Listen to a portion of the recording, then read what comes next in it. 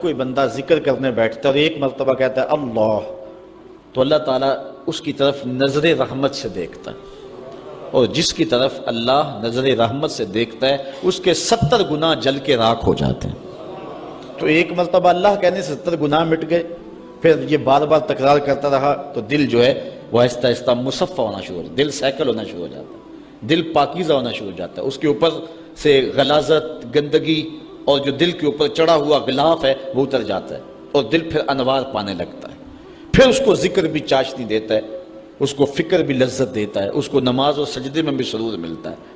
جب دل پر نور نہ ہو تو پھر شکایت یہ ہوتی ہے نماز پڑھتے ہیں سرور نہیں ملتا، نیک عمل کرتے ہیں لطف نہیں آتا۔ اصل وہ دلوں کے اوپر حجابات آ چکے ہیں، دلوں کے اوپر پردے آ چکے ہیں، اگر وہ اتر جائیں اور وہ کثرت ذکر کے ساتھ جو ہے وہ پردے اتریں گے۔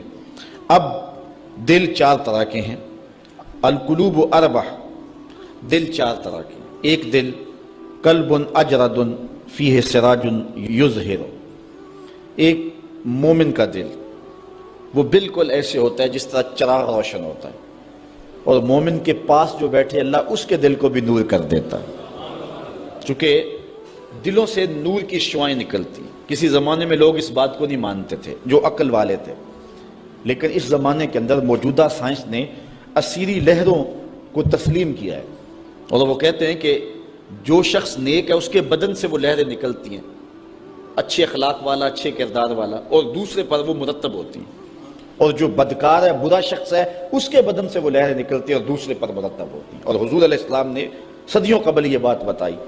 حضور نے فرمایا اچھے آدمی کی صحبت ایسے ہے کحامل المسک، جس طرح کستوری والا شخص ہوتا ہے، عطار کی طرح ہے کہ اس کے پاس اگر آپ بیٹھیں تو خوشبو آتی رہے گی۔ فرمایا یا تو تمہیں دے گا تحفہ، یا تم اس سے خرید لو گے، یا نہ وہ تحفہ دے گا نہ تم خریدو گے، لیکن جب تک بیٹھو گے مشام جام معطر رہیں گے، اور گھر آؤ گے تو لباس میں خوشبو بسی ہوئی ہوگی۔ اس لیے اچھے بندے کی صحبت کو حضور نے جو ہے وہ کستوری والے عطار سے حضور نے تشبیہ دی، اور جو برا شخص ہے اس کی مثال حضور علیہ السلام نے بھٹی والے سے مثال دی کہ جو شخص بھٹی والے شخص کے پاس بیٹھے گا یا تو کچھ چنگاری اڑے گی اور اس کے جسم اور کپڑوں کو جلا دے گی، اور اگر چنگاری اڑ کے اس کے بدن کو نہ بھی جلائے تو جتنی دیر بیٹھا رہے گا اس کی بدبو، اس کا دھواں اس کے لیے پریشانی کا باعث رہے گا۔ اس لیے اچھے آدمی کی صحبت کو اختیار کرنے کا حکم دیا۔ ہمارے مشائخ نقشبندیہ کا طریقہ یہ ہے، وہ کہتے ہیں کہ اچھے آدمی کی صحبت میں جا کے بیٹھ جاؤ، نہ تم کوئی بات کرو نہ وہ کوئی بات کرے، اس کے باوجود بھی من میں روشنیاں ہوں گی، من میں اجالے اتریں گے۔ اللہ اکبر۔ وہ میاں صاحب نے کہا تھا نا، چنگے بندے دی صحبت یارو جویں دکان اتاراں، سودا پاویں مول نہ لئیے ہلے آن ہزاراں، تے برے بندے دی صحبت یارو جویں دکان لوہاراں، تے کپڑے پاویں کنج کنج بھئیے چنکاں پین ہزاراں۔ تو جل جانے کا اندیشہ بہر صورت موجود ہے۔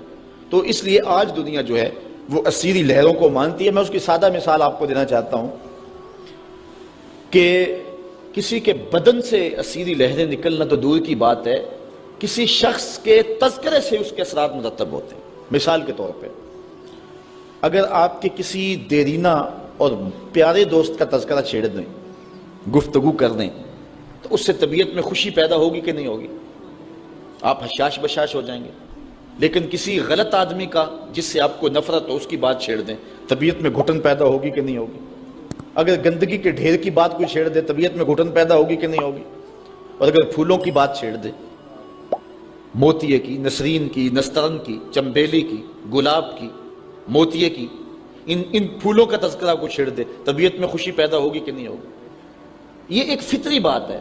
آپ جو ہے وہ کسی اچھی بات کو چھیڑ دیں، اس کے اثرات مرتب ہوں گے اور آپ کا چہرہ کھل جائے گا، اور کسی بری بات کو چھیڑ دیں تو طبیعت کے اندر ایک اداسی پیدا ہو جائے گی، طبیعت کے اندر ایک غصہ پیدا ہو جائے گا۔ آج اس دنیا کے اندر آپ کہیں ملازمت کرتے ہیں، 8 گھنٹے کی ڈیوٹی دینا ہوتی ہے، تو ان 8 گھنٹوں کے اندر آپ کا مالک آپ کو بلائے، صرف 8 گھنٹوں میں ایک عارضی ملک آپ کے اوپر رکھتا ہے، تو آپ دوڑ کے جاتے ہیں کہ نہیں جاتے؟ آپ کے مہمان بھی آپ کے پاس بیٹھے ہوں اور آپ چائے بھی ان کو پلا رہے ہوں، لیکن باس بلا لے آپ کو اور وہ گھنٹی دے، تو آپ بیل پہ سب کو چھوڑ کے بھاگتے ہیں کہ نہیں بھاگتے؟ مہمانوں سے بھی معذرت کرتے ہیں، مجھے باس نے بلایا، آپ دوڑتے جا رہے ہیں۔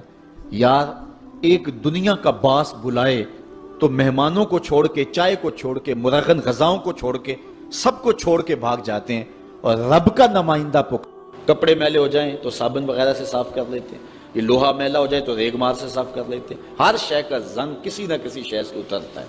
اب دل اگر میلے ہو جائیں گناہوں سے تو کیسے دل پاک ہوں گے؟ ثقالۃ القلوب ذکر اللہ، کہا اللہ کا ذکر کرو دل ستھرے ہو جائیں گے، دل پاک ہو جائیں گے۔ جتنا زیادہ ذکر کرو گے اس قدر دل جلا پائیں گے اور دل نور پائیں گے۔